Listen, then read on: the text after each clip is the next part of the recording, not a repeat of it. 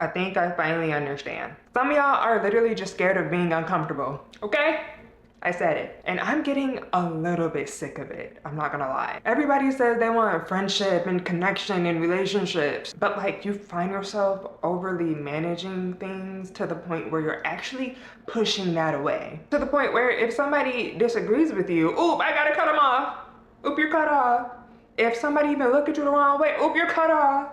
I gotta protect my peace. Or you steer too hard towards the other end of the road, trying to tiptoe around people or say yes to everybody just so they don't get upset with you. And it's occurring to me that like some of y'all really can't handle heat at all. Not even a little bit of heat. Not even the kind of heat Child, y'all gonna make me mad. Not even this kind of heat, okay? What's going on? And I know this, and I'm clocking y'all's tea because I used to be that way, okay? Still working on it, actually. But I know for a fact that these kinds of mindsets become an issue over time. Recently, I actually saw this TikTok where this woman, beautiful woman, okay, gorgeous. She was saying there's literally no point in confronting people because people always know what they're doing. And honestly, I'm not even gonna 100% disagree with what she said, okay? Because sometimes people do absolutely know what they're doing. Sometimes the disrespect is obvious and glaring. Or you've already talked to them about this issue a million times already, and they still keep doing it. Sometimes people are showing you exactly who they are, and they may gaslight you, manipulate you, try and turn things on you, or punish you just for confronting them about their behavior. But not everybody is a supervillain mastermind. I actually think more often than not, people don't know what they're doing. And that's because they aren't working with a lot of self-awareness. They've been who they are so long that they don't even notice the type of stuff they be doing. They aren't paying attention to the impact of their actions. Sometimes people have deeply ingrained habits and patterns, often stemming from childhood. All right, it is what it is. And it's not always personal to you. I think social media in particular tends to perpetuate this weird idea that if any relationship requires any kind of discomfort, clarification, confrontation, or correction, then something must be terribly freaking wrong. And that's simply not the case. It's not the case. That's not true. They lied. But I want to talk about it. Okay, so when I saw that particular TikTok that I mentioned earlier from that gorgeous, gorgeous girl, wish I had her tag. I don't. Around that same time, I had made a TikTok post of my own. And I posted about 5 things that have helped me improve my social regulation. 5 things that have helped me not lose myself or abandon myself in social interactions as a recovering and healing people pleaser. And I listed, let me read what I listed. I listed number 1, trusting myself over everybody else. Number 2, correcting people who are assuming things about me. Number 3, being okay with disappointing people. Number 4, choosing to stop responding when people piss me off. And number 5, letting weird or awkward moments exist without assuming responsibility for smoothing it over. And it got some really good reception. It really resonated with a lot of people. And when I looked at that list, when I'm looking at it now, I'm realizing every single one of those things has something in common. They're uncomfortable as hell. Okay, they're not easy to do, but I am consciously unlearning the habit of defaulting to making things easy socially. Because the reality is things cannot always be easy socially when every single human being is different. I think that is the thing that many of us are struggling with. The idea that every friendship, connection, relationship should have 0 friction. I've also been paying attention to the fact that people tend to swing between 2 extremes.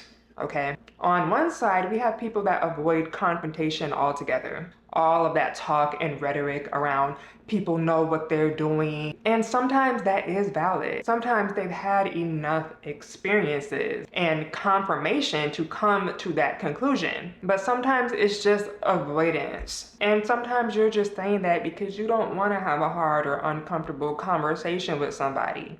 And if you never have the conversation, you'll never have to find out if the problem could have possibly been resolved. You don't have to risk the other person misunderstanding you. You won't have to risk any discomfort. Now, also granted, some people are really not even worth the conversation. Some people aren't worth that hard conversation. Some people don't even have the capacity to have a hard conversation. Like, if you want to talk about someone's unhealthy pattern that they've had since childhood, maybe they're not going to be ready to talk about that yet. Okay, so you're gonna have to use your discernment. Put your understanding of a person into perspective. What kinds of things do they usually respond to? What kinds of ways do they usually act? What is their natural pattern of behavior? How have you seen them respond to other issues like this in the past with somebody else? You have to use your discernment and you have to observe someone's patterning instead of making assumptions based off of one-off instances, right? Or one bad interaction. But then on the other side, you have people who overcompensate in order to control relational outcomes. You know, those people who try to smooth over every awkward moment, like I talked about in my post. People who always over-explain themselves. People who always overly defend themselves. People who take too much responsibility over other people's emotions. People who abandon their own needs to make everybody else comfortable. And I know that side super, super well, okay? Because there really was a time where I thought being socially skilled or adept meant making sure everybody else was okay, making sure everybody else was on the same page, while I silenced myself or toned myself down. Now I'm realizing that wasn't social skills. Them wasn't no social skills, girl. It was really just anxiety and fear of not being accepted by my peers or my loved ones. But that clouded my ability to truly connect. Why? Because it wasn't authentic. So, thinking about all this, okay, thinking about all of these factors really has made me realize so many of us are afraid of relationship friction. We either abandon ourselves or abandon the relationship altogether. We either disappear from the relationship completely or we disappear inside of the relationship. And neither one of those options is really connection.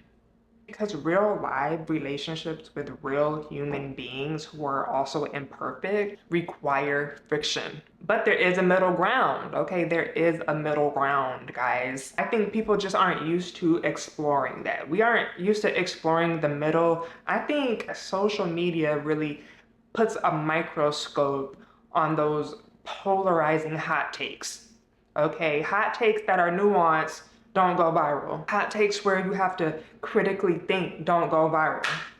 Okay, those kinds of takes aren't overly emotional, so of course they don't go viral. But people misunderstand each other. They make assumptions. They disappoint each other. They get annoyed with each other. Sometimes people need clarification. Sometimes people need to have difficult conversations. And all that is so painfully normal. When did we stop normalizing it? Have we, perchance, protected our peace a little too much? The goal shouldn't be to eliminate friction altogether, okay? The goal should actually be to learn the difference between healthy discomfort and harmful dynamics. Because healthy discomfort is gonna look like correcting someone's assumption about you, telling somebody that they hurt your feelings, okay, telling your friend you can't come to that party, choosing to just say, no, I don't want to do that, instead of making up some huge excuse. Possibly letting somebody be temporarily upset with you for a minute.